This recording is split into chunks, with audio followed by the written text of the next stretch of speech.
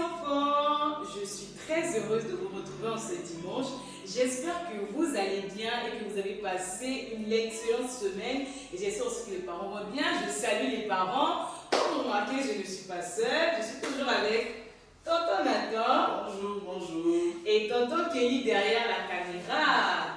J'espère que tu es prêt pour pouvoir louer le Seigneur. J'espère que tu es prêt avec moi. Ensemble, nous allons célébrer comme le roi David a dit. Je suis dans la joie lorsqu'on me dit quoi, tonton Nathan? Allons dans la maison de l'Éternel. C'est ce que nous allons faire aujourd'hui. Donc lève-toi là où tu es et on va prier ensemble. Mets la main sur le cœur.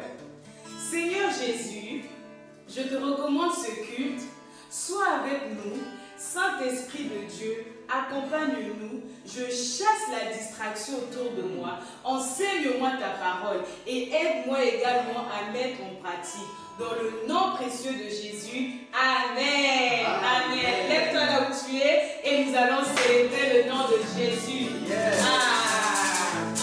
Tiens-toi debout et tu vas danser pour le Seigneur. Hey. Quand je viens l'éternel mes dieux, il est le bon, il est bon. Hey. Quand je viens l'éternel mes dieux, il est le bon, il est bon. Hey.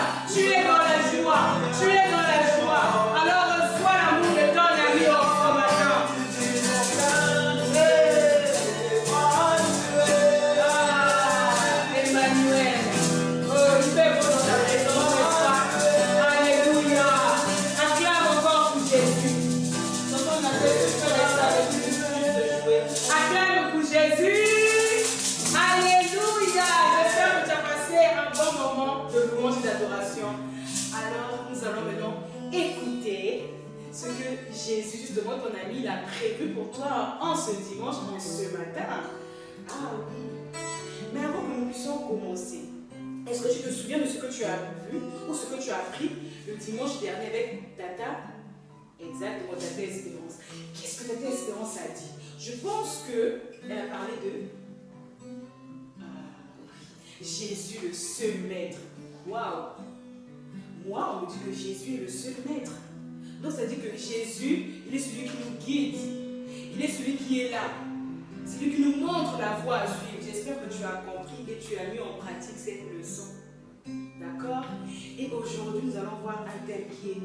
Moi, j'apprécie ce thème. Parce que, vous savez les enfants, j'aime Dieu, j'aime Dieu, j'aime Dieu. Je vous communique également cette pensée aussi de pouvoir aimer Dieu. Nous allons voir la victoire sur le péché. Répétez avec moi, la victoire sur...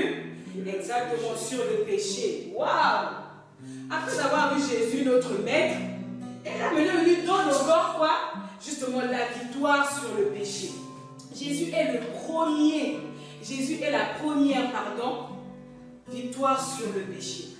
Et qui veut me dire comment Jésus a pu vaincre le péché? Qu'est-ce qu'il a fait Jésus pour pouvoir vaincre le péché? Comment il a obtenu la victoire sur le péché? Oui.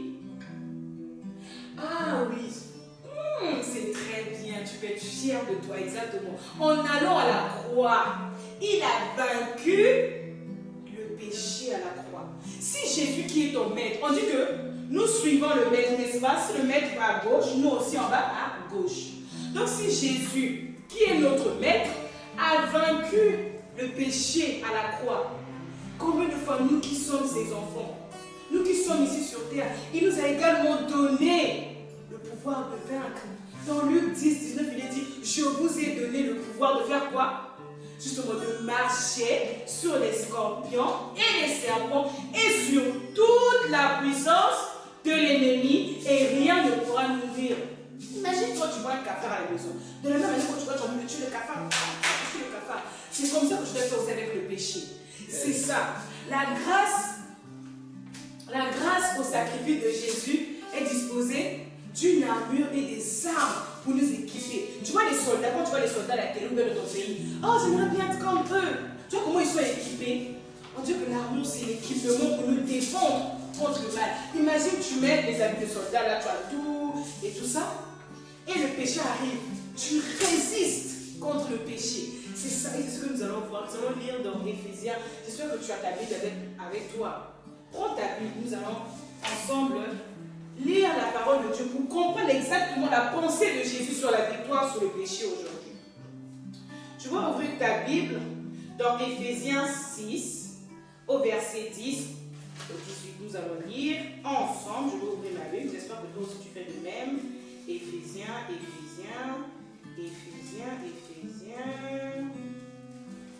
Nous allons trouver Éphésiens.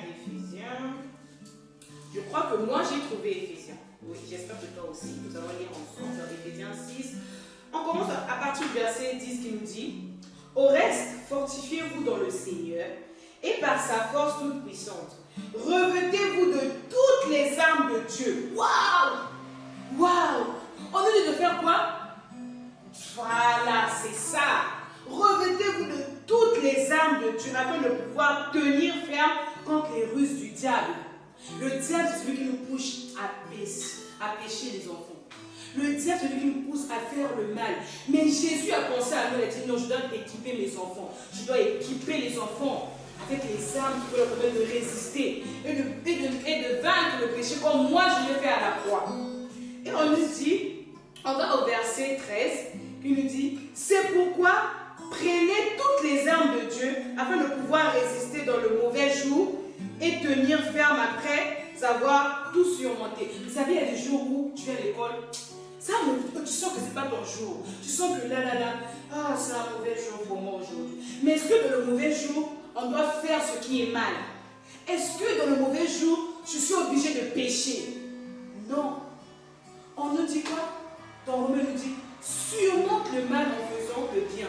Donc si même je suis dans le mauvais jour, Je ne suis pas obligé de pécher. Parce que souvent dans notre cœur, on se dit, regarde, tu l'aimes pas, non? Quand tu peux l'insulter, regarde comment il est. Il ne t'apprécie pas. Tu peux mentir, c'est ce que l'ennemi fait. Mais Dieu dit même dans le mauvais jour, tu peux résister. Tu peux tenir. Tu ne peux pas genre laisser le péché te vaincre parce que ton Dieu a déjà vaincu. Imagine, ton père est le roi de roi. Ton père a vaincu. Toi aussi, tu veux non, tu ne peux pas avoir la défaite, les enfants. Tu vois, quand tu joues au foot, là, tu dis que nous, aujourd'hui, c'est la victoire. On doit ramener la coupe à la maison. C'est ça. Tu dois vaincre le péché. Et au verset 14, on nous dit, tenez donc ferme, ayez à vos reins, les reins, ayez à vos reins, je pense que tu connais déjà ça, exactement la ceinture. Ayez à vos reins la ceinture, revêtez la cuirasse de la justice. Donc si on a nos reins, la ceinture, on revêt la cuirasse de la justice. Et qu'est-ce qu'on nous dit encore? Mettez à vos pieds, on peut faire un mouvement ensemble les enfants, allons-y. Mettez, on y va ensemble, mettez à vos pieds, qu'est-ce qu'on met à nos pieds? Le zèle qui donne l'évangile de paix. Et on nous dit encore, par-dessus tout, cela, le bouclier de la foi. Waouh! Le bouclier qui nous protège justement, le bouclier de la foi. Même dans le mauvais, je sais que j'ai la foi, je peux passer, je peux tenir, je peux vaincre le péché. Avec lequel vous pourrez éteindre tous les traits enflammés du malin. C'est-à-dire que là où tu peux être, là, il y a tout ce qui est péché. Vous savez, le mensonge, vol et tout ça là. Et on nous dit que tu peux vaincre. De la même manière, tu vois que tu as environné des cafards, des insectes. Tu dis, oh, comment je vais faire? Tu prends un balai, n'est-ce pas, ou tu prends quelque chose, tu commences à les tuer, un carré, tu commences à... Tu tues. C'est comme ça aussi lorsqu'on est environné de péché, c'est ce que Dieu nous demande. De prendre notre bouclier de la foi. Et on dit quoi? On nous dit, et d'éteindre tous les traits enflammés du malin. Prenons aussi le casque du salut. On a besoin du casque du salut. Prenez le casque du salut et l'épée de l'esprit, qui est la parole de Dieu. Voilà, tu as besoin du casque du salut et quoi? L'épée de l'esprit. Parce qu'on a besoin, l'épée de l'esprit, c'est la parole de Dieu. Tu as besoin de lire la Bible tous les jours pour savoir comment je peux vaincre le péché. Qu'est-ce que Dieu dit dans sa parole que moi, je peux mettre en pratique pour vaincre le péché, pour ne plus laisser le péché me dominer. Parce que nous avons la victoire, comme il a dit. La victoire sur quoi? Le péché, exactement. C'est ça, la victoire sur le péché, les enfants. Et on peut le faire. C'est possible. C'est possible de vaincre le péché. Et on nous dit quoi? Si je ne prends pas quoi? La ceinture, il me manque la vérité, je risquerai de mentir. Donc tout le temps j'ai besoin de prendre ma ceinture. C'est pas que je m'habille, j'ai oublié la ceinture. Non, si tu oublies la ceinture, tu risques quoi? De mentir. Et ce n'est pas bien. Je n'attends pas parce que dès lors que tu mens, tu n'as plus la victoire sur le péché. Là, c'est le péché qui a la victoire sur toi. Est-ce que tu laisses que le péché te domine? Exactement. Non, moi aussi, je ne veux pas laisser. Donc, je ne dois pas oublier quoi? La ceinture de la vérité, sinon je vais mentir. Et aussi, si je ne prends pas la cuirasse de la justice, je risque d'être injuste. Donc là, il faut que je puisse être juste. Je veux commencer à être injuste. Non, si par exemple, c'est Junior qui avait raison, ce peu dans l'histoire, et que Marc, il avait tort, moi je vais dire que non. C'est Junior qui a tort, non? Donc si tu oublies justement la cuirasse, tu risques d'être injuste. Donc tu ne peux pas être ce que Dieu t'a donné. Rappelle-toi que la victoire sur le péché. Et encore, on nous dit, si je ne prends pas les chaussures, il me manque le zèle qui donne l'évangile de paix. Je ne pourrais pas aller parler de Jésus autour de moi, à mes amis, à l'école, même dans ma famille. Je ne pourrais pas, si j'oublie de mettre mes chaussures. Est-ce que tu es déjà allé à l'école sans chaussures? Dis-moi. Non, n'est-ce pas? Exactement, c'est pareil. C'est pareil avec les armes que Dieu nous donne, justement. Donc, si j'oublie mes chaussures, je suis en danger. Je ne pourrais pas parler de mon ami, mon précieux Jésus. Comme tu dis, oh, Jésus est mon ami fidèle. Exactement. Donc, je ne dois pas oublier mes chaussures. Pense à chaque fois que, quand tu vas à l'école, je mets les chaussures. Tu revends aussi également quoi? Les chaussures qui donnent zèle de l'évangile. Exactement. Et encore, on va plus loin. Si je ne prends pas, quoi? Dis-moi, qu'est-ce qu'on a cité? Si je ne prends pas le bouclier de la foi, il me manque quoi? Je ne pourrai pas plaire à Jésus. Donc si je ne prends pas, oui, exactement, je ne pourrai pas plaire à Jésus. Et si je ne prends pas aussi le casque du salut, ça c'est le plus important. Parce que si l'ennemi arrive à tirer sur ta tête, mais c'est fini. Donc tous les jours, je dois avoir quoi? Mon casque du salut. Si je ne prends pas ça, il va me manquer. Je ne sers à rien et je n'appartiens pas à Jésus. Si je ne prends pas justement mon casque du salut, là, vraiment, l'ennemi il m'a eu. Est-ce que je laisserai l'ennemi qui puisse t'avoir? Non, exactement. Donc tu dois prendre. Exactement. Tu vois qu'en hiver, quand il fait froid, oh maman, j'ai froid à la tête, on te met quoi? Sur le bonnet. Exactement. Souviens-toi aussi, c'est ça le casque du salut. C'est ça qui permet de dire qu'on va dire, je suis enfant de Dieu. Parce que et j'appartiens à Jésus. Ah oui, moi j'appartiens à Jésus. C'est ça. Et encore, si je ne prends pas l'épée, tout ça c'est vraiment essentiel. L'épée de l'esprit, il me manque la Bible. Et je le sers, je ne pourrais pas plaire complètement à Dieu. Je serais trop faible. Tu vois, par exemple, si tu ne manges pas pendant une semaine, imagine-toi. Tu es un enfant, n'est-ce pas? Tu dois bien manger pour mieux grandir. Imagine-toi un instant, tu ne manges pas pendant une semaine. Qu'est-ce qui va t'arriver? Tu serais faible. Oh, j'ai mal à la tête. Oh, maman, j'ai mal à l'estomac. Oh, je me sens faible, je ne peux rien faire. Je ne peux même pas aller à l'entraînement de foot. Je ne peux pas aller à la danse. Oh, je me sens faible. C'est pareil lorsqu'on ne lit pas la parole de Dieu. On est faible. On est faible, les enfants. On est faible, on ne pourra pas. Donc, n'oublie pas, si tu veux avoir la victoire sur le péché, tu dois revêtir les armes de Dieu. N'oublie pas la vérité, qu'on a cité, le casque, l'épée et autres. Parce que Jésus a vaincu à la croix le péché. Et il nous donne également de pouvoir vaincre. Souviens-toi de Luc 10, 19. Je vous ai donné le pouvoir de faire quoi? Tu dois marcher. Avec les armes que Dieu t'a donné, dis que je marche sur le péché. Le péché ne va plus me dominer. C'est moi qui ai la victoire. Tu es en train de marcher. Tu pries également. Tu dois prier à la maison. Oui, Saint-Esprit, garde mon cœur. Que je ne tombe pas dans le péché. Que je ne puisse pas laisser le péché me dominer. Tu dois prier également. Afin que le Saint-Esprit, qui est ton ami, qui est en nous, qui habite dans notre cœur, c'est lui qui va nous aider, les enfants. C'est lui qui va nous aider justement à pouvoir revêtir et à nous souvenir que si on ne revêt pas les armes de Dieu, l'ennemi va nous vaincre. Yes. Donc nous, on doit tout. C'est pas vraiment aujourd'hui je revêt les armes de Dieu, après demain je jette là-bas, je me sens libre. Si tu fais ça, tu es en danger. L'ennemi va te tirer de partout. On dit que je vois que Junior n'a pas de casque. Là, on peut attaquer, on commence à tirer. Je vois que là, il n'a pas les chaussures qui donnent les aides de l'évangile. Là, on peut attaquer. Là, je vois qu'il n'a pas l'épée, il n'a pas le bouclier. Là, est-ce que tu vas laisser? Non, c'est-à-dire que je revêt les armes de Jésus tous les jours. Et pour revêtir les armes de Jésus, je dois lire la parole de Dieu. Je dois lire la parole de Dieu qui va m'accompagner.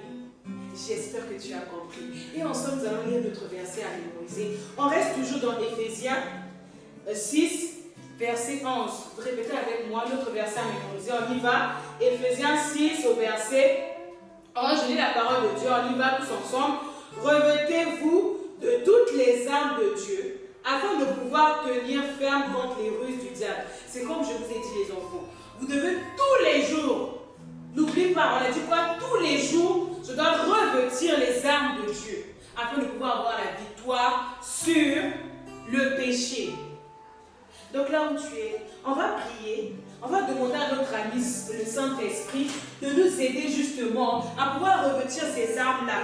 Que tous les jours que nous puissions avoir ces armes, que je ne puisse pas oublier l'épée à la maison, ni le casque, ni je sais pas. Oui, allons, prions.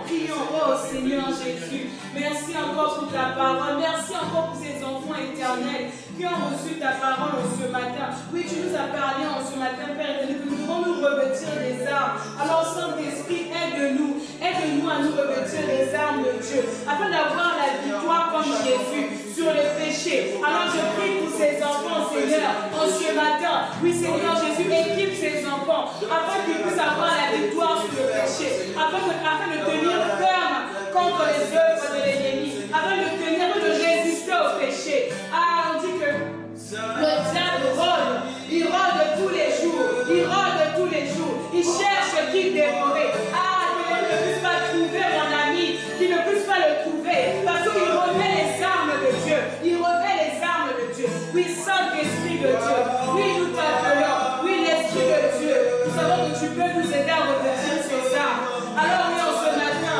revêt-nous les armes de Dieu, revêt mon ami en ce matin, revêt ses enfants, afin que nous puissions avoir la victoire sur le péché, afin que nous puissions dominer sur le péché, afin que nous puissions marcher sur le péché. Même dans les mauvais jours, tu nous demandes de surmonter, Seigneur, le mal en faisant le bien. Oh Père éternel, même dans les mauvais jours, nous pouvons, Seigneur, revêtir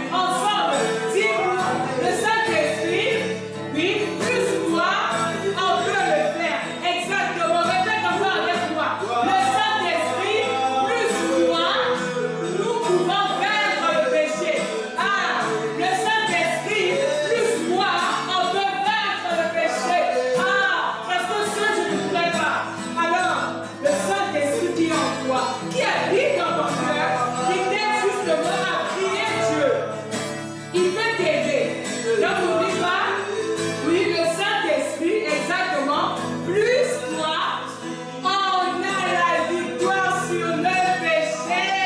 Tu peux acclamer très fort pour Jésus. Alléluia, alléluia, amen, amen.